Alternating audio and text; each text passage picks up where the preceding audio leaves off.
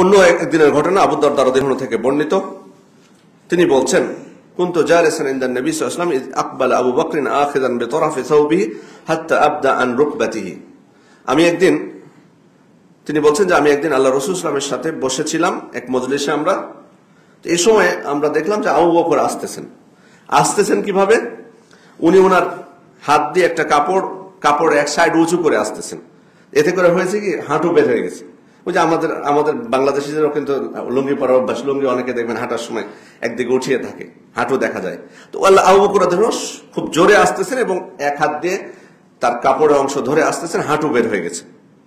আল্লাহ রাসূল সাল্লাল্লাহু আলাইহি ওয়াসাল্লাম দূর থেকে যখন দেখেছেন তখন বলছেন সবাইকে, আম্মা সাহিবুকুম ফাকাদ গামারা, তোমাদের এই সাথী নিশ্চয় কারোর সাথে কিছু ঘটিয়েছে, তর্ক বিবাদ করেছে বা ঝগড়া বিবাদ করেছে।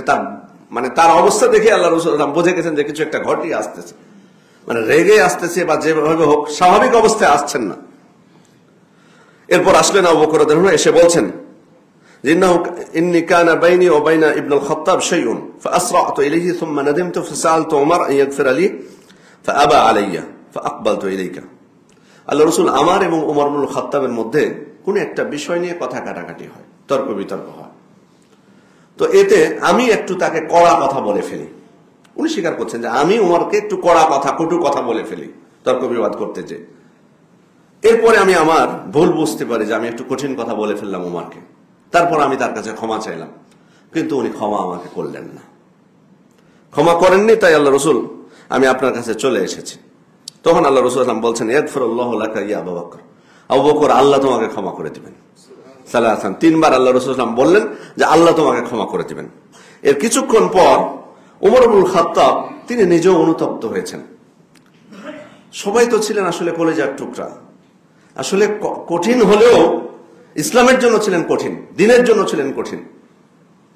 উনিও ওনার বুঝতে পেরেছেন যে আমি আবু বকরকে ক্ষমা করলাম না কেন। উনি আবু বকর তার ভুলের জন্য ক্ষমা চাইল, আমার তো ক্ষমা করে দেওয়া উচিত ছিল। উনি ওনার ভুল বুঝতে পেরে আবু বকর রাদিয়াল্লাহু আনহু বাড়িতে গেছেন, কিন্তু তাকে তো পাননি, কারণ আবু বকর রাদিয়াল্লাহু আনহু ছুটে এসেছেন আল্লাহ রাসূলের কাছে সাল্লাল্লাহু আলাইহি ওয়াসাল্লাম। উমর ইবনুল খাত্তাব তখন চলে এসেছেন আল্লাহ রাসূল সাল্লাল্লাহু আলাইহি ওয়াসাল্লামের কাছে। এসে উমর ইবনুল খাত্তাব যখন এসেছেন ওখানে, তখন আল্লাহ রাসূল সাল্লাল্লাহু আলাইহি ওয়াসাল্লামের চেহারা বিবর্ণ হয়ে গেছে, রাগান্বিত হয়ে গেছেন।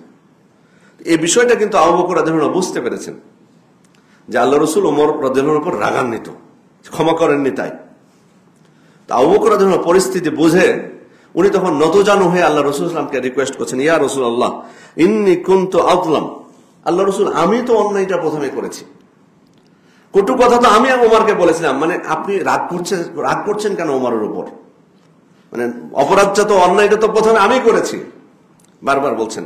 এবার আল্লাহ রাসূল সাল্লাল্লাহু আলাইহি ওয়াসাল্লাম তাদেরকে লক্ষ্য করে বলছেন, ইন্নাল্লাহা বা'আসানি ইলাইকুম ফাকুলতুম কাযাবতা, মনে রেখো আমাকে যখন আল্লাহ তাআলা নবী হিসেবে, রাসূল হিসেবে প্রেরণ করলেন, তখন সবাই তোমরা বলেছিলে আমাকে যে আমি নাকি মিথ্যা কথা বলছি, তোমরা আমাকে স্বীকৃতি দাওনি। ওয়াকাল আবু বকর সাদাকতা, আর আবু বকর তখন আমাকে বলেছিল যে আপনি সত্য কথাই বলছেন। যে সময় তোমরা আমাকে মিথ্যা প্রতিপন্ন করেছে, ওই সময় আবু বকর আমাকে সত্য প্রতিপন্ন করেছে। ওয়া ওয়াসানি বিনাফসি ওয়া মালহি, তার জান মাল দিয়ে সে আমাকে সহযোগিতা করেছে।